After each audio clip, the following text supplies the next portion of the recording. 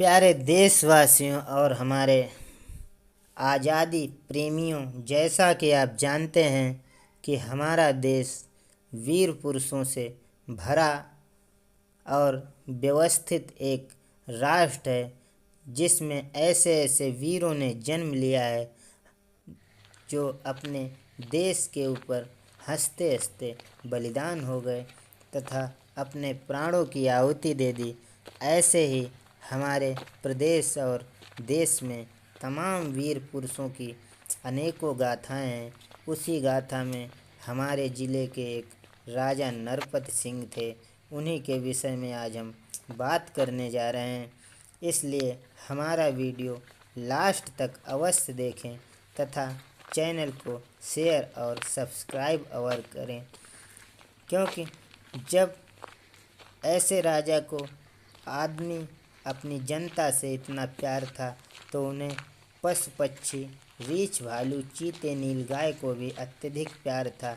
इसलिए वो यहाँ स्थान छोड़ना पसंद नहीं कर रहे हैं और यहीं इर्द गिर्द घूमते हैं, गढ़ी के ऊपर चारों ओर चक्कर लगाते हैं, जैसा कि आप वीडियो में देख पा रहे होंगे। क्योंकि ये रुइया गढ़ी हमारे हरदोई ज़िले के 36 किलोमीटर पूर्व तथा माधवगंज कस्बे से 2 किलोमीटर उत्तर स्थित है और इन्होंने भारत की आज़ादी में अपने शौर्य का परिचय दिया तथा कभी भी अंग्रेज़ी हुकूमत को यहाँ पर कायम नहीं होने दिया। उन्हीं के विषय में हम आख्यान कर रहे हैं और बता रहे हैं, जैसा कि वो उनकी गढ़ी जो यहाँ पे सैन्य व्यवस्था था, जो यहाँ पे सैनिकों का अड्डा था, राजा का रुकने का स्थान था, उसके विषय में पूर्ण कोशिश आपको दिखाने की करेंगे। जैसा कि इतिहास में बताया गया, यहाँ पर जब राजा का राज्य हुआ करता था तो अवध में लगभग सभी प्रांतों में अंग्रेज़ों ने कब्जा कर लिया था। इसके बाद जब अंग्रेज़ों ने राजा नरपति पर भी अपनी हुकूमत कायम करने चाहे तो राजा ने कभी उन्हें सफल नहीं होने दिया। कहा जाता है 4 बार उन्होंने हमला किया, लेकिन चारों बार उन्हें शिकस्त का ही सामना करना पड़ा।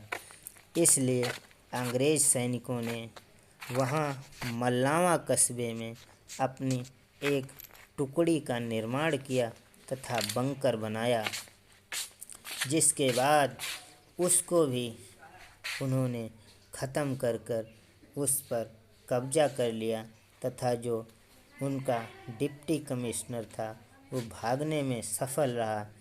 इस प्रकार इस साहस और वीरता को देखकर नाना पेशवा ने इनको पूरी मदद देने का आश्वासन दिया। तब राजा नरपत ने उन्हें भी आश्वस्त किया कि जब तक हम हैं तब तक यहाँ गोरे कभी सफल नहीं होंगे।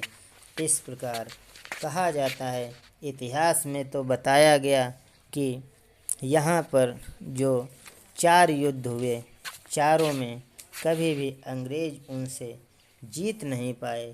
इसलिए पहला युद्ध 15 अप्रैल 1858 को रुइया दुर्ग पर ही हुआ।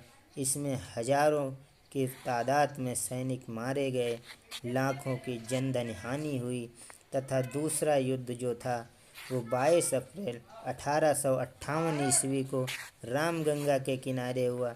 इसमें भी किलोमीटरों गंगा का पानी लाल हो गया, गोरे लोगों की लाशों पर लाशें बहती चली गईं तथा तीसरा हमला फिर रुइया गढ़ी पर हुआ, जिसको भी राजा ने सफल नहीं होने दिया।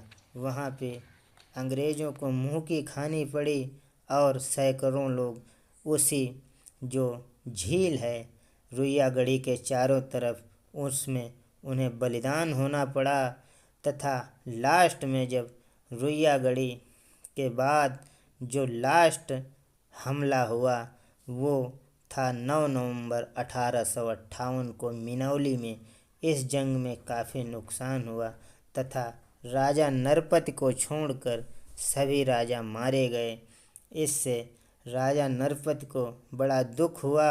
जैसा कि आप देख रहे होंगे, ये राजा नरपति का लाट है, जो यहाँ पर एक बहुत ही दार्शनिक स्थल के रूप में बन चुका है। यहाँ पर सैलानियों की काफ़ी भीड़ रहती है, जैसा कि आप देख पा रहे होंगे।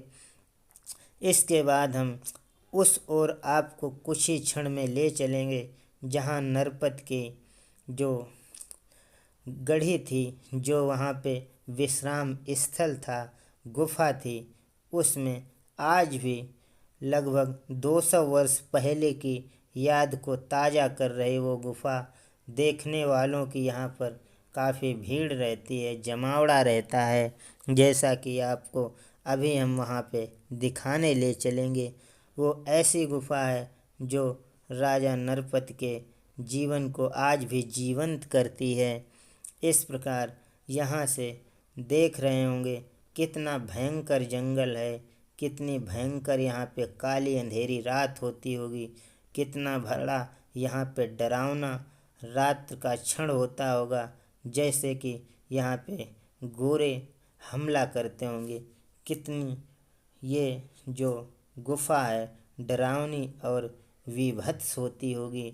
इस प्रकार ये देखिए गुफा, यहाँ पर हम दिखाने की आपको पूरी कोशिश कर रहे हैं। यहाँ पे अंधेरी रातें और प्रकाश भरा सवेरा राजा नरपत के यहाँ होता होगा, जैसा कि अब इसमें कुछ भी नहीं है। उस समय से आज ये ईंटों का अंबार जो टूट टूट कर मलबे में तब्दील हो रहा है। तो इसे देखते हुए जब राजा नरपत की जनता को अंग्रेज मारने लगे, तो राजा ने अपने आप अपने प्राणों को त्याग दिया और इस प्रकार खुदकशी कर ली। लेकिन जीते जी अंग्रेज़ों की हुकूमत को कायम नहीं होने दिया, तथा अपने शौर्य और परचम को सदैव आगे रखा। अपने देश को कभी दुष्टों और खलनायकों हाथों में जाने